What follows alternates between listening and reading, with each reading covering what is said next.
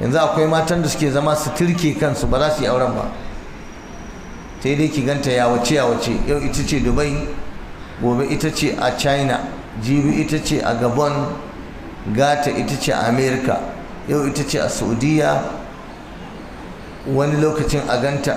a India, yawo kamar tsuntsu.